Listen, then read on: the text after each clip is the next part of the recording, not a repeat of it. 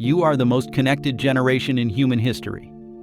You have the entire world in your pocket. Every answer, every person, every community. One tap away.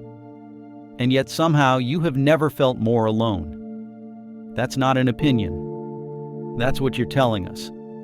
And nobody seems to know what to do with that. This isn't a video about blaming you. It's not about defending you either. It's about something much more uncomfortable. Actually understanding what's happening inside a generation that grew up with everything and still ended up empty. Because the real story of why so many young people are struggling right now has almost nothing to do with laziness, entitlement, or phone addiction. It goes much deeper than that. And once you see it, you can't unsee it. Let's start with something most people skip over. Every generation inherits a world they didn't build.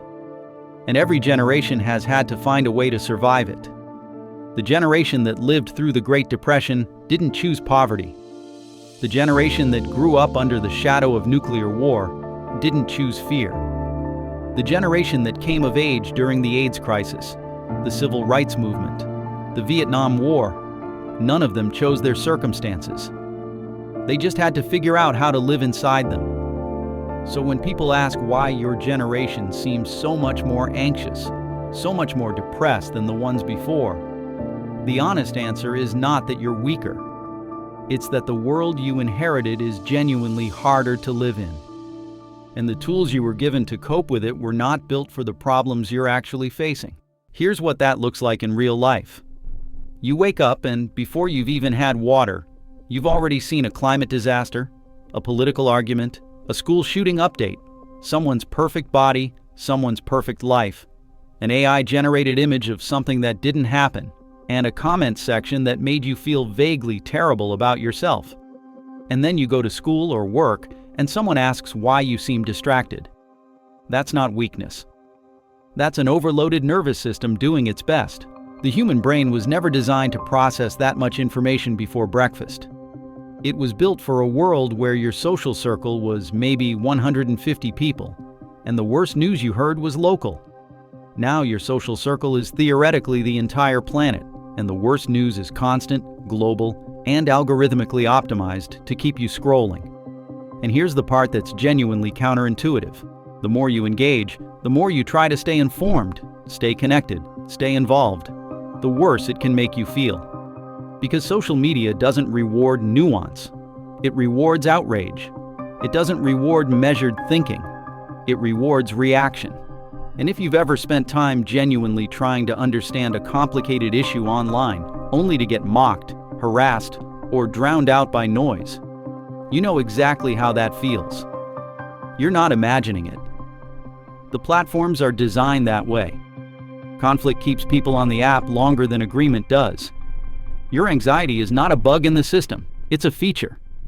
But here's where it gets more complicated. It would be easy to say, just put down the phone. Just log off. And for some generations, that was actually possible. You could go on a family trip and genuinely be unreachable for a week.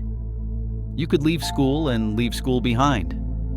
The problems of the world existed, but they didn't follow you into every room.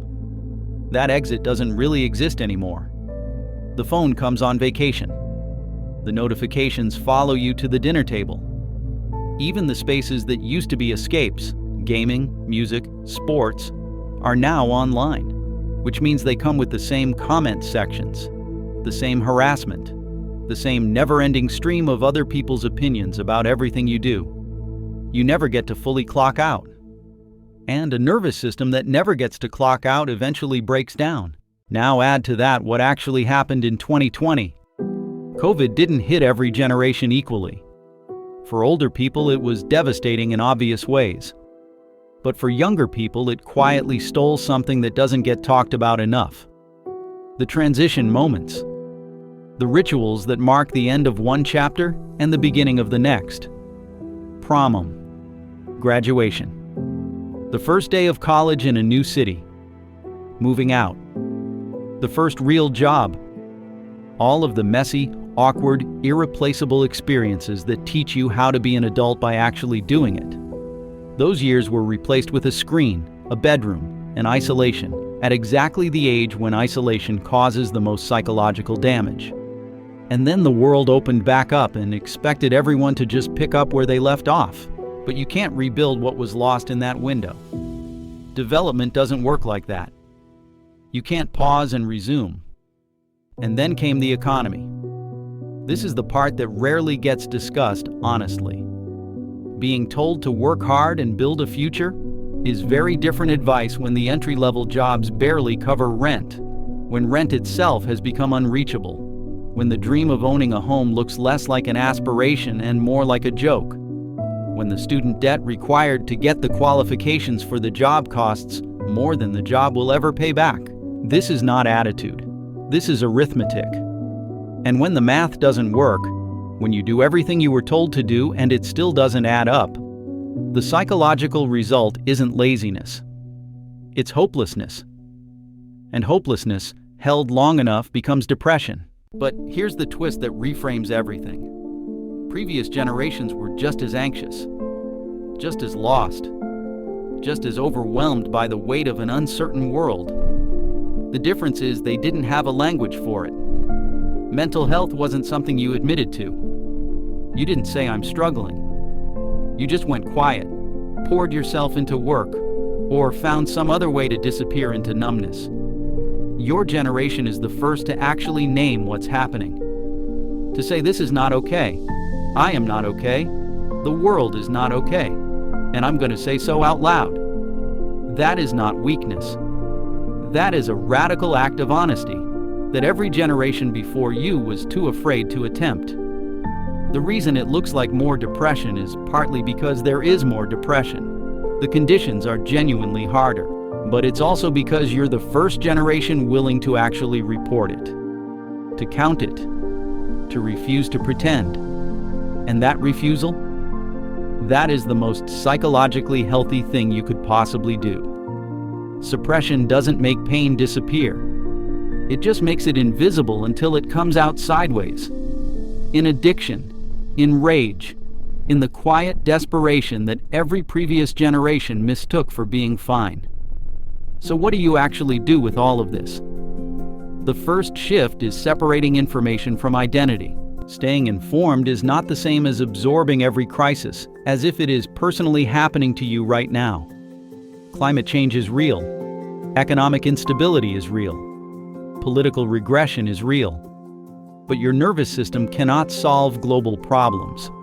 And treating yourself like it's your personal responsibility to feel the full weight of every disaster, every injustice, every horror in real time is not activism. It's self-destruction wearing the costume of awareness. You can care deeply about the world and still put the phone down at 9 p.m. You can be politically engaged and still protect your nervous system. You can hold both, and you have to, because you cannot pour from an empty vessel. The second shift is about third spaces, and this one is harder because it requires other people. One of the quietest losses of the last decade is the disappearance of places where young people can simply exist together with no agenda, no purchase required, no performance necessary. Those spaces are shrinking, and the replacement, online community, is real and valuable, but it is not the same thing as being physically present with another human being. Your nervous system knows the difference even when your brain doesn't. Physical presence, sitting with a friend, making eye contact, existing in the same room, regulates you in a way that a screen simply cannot replicate. Not because screens are evil, but because your biology is older than the internet, and it still needs what it has always needed. Find the people. Show up in the room. Start there. Even when it's awkward. Especially when it's awkward. Here is what I want you to take from this. You are not broken. You are not weak. You are not the problem. You are a generation that grew up in genuinely difficult conditions, with tools that were never designed for your well-being, in a world that handed you enormous awareness of its problems without giving you anywhere near enough power to solve them. Of course, that's heavy. Of course, that leaves a mark, but you are also the generation that refuses to pretend. That names what's wrong instead of burying it. That demands the world do better, even when the world pushes back. That is not depression talking. That is clarity. And clarity, even when it's painful, is always the beginning of something better. The question is not whether you're allowed to struggle. You are. The question is whether you're going to let the struggle be the whole story, or whether you're going to be the generation that figured out how to carry the weight honestly, take care of each other fiercely, and build something worth inheriting. That's still possible. It starts with you deciding that your well-being is not a luxury. It's the foundation everything else is built on. If this resonated with you, please like this video and subscribe to the channel. There is a lot more coming for people who want to understand themselves and the world around them a little more clearly. See you in the next one.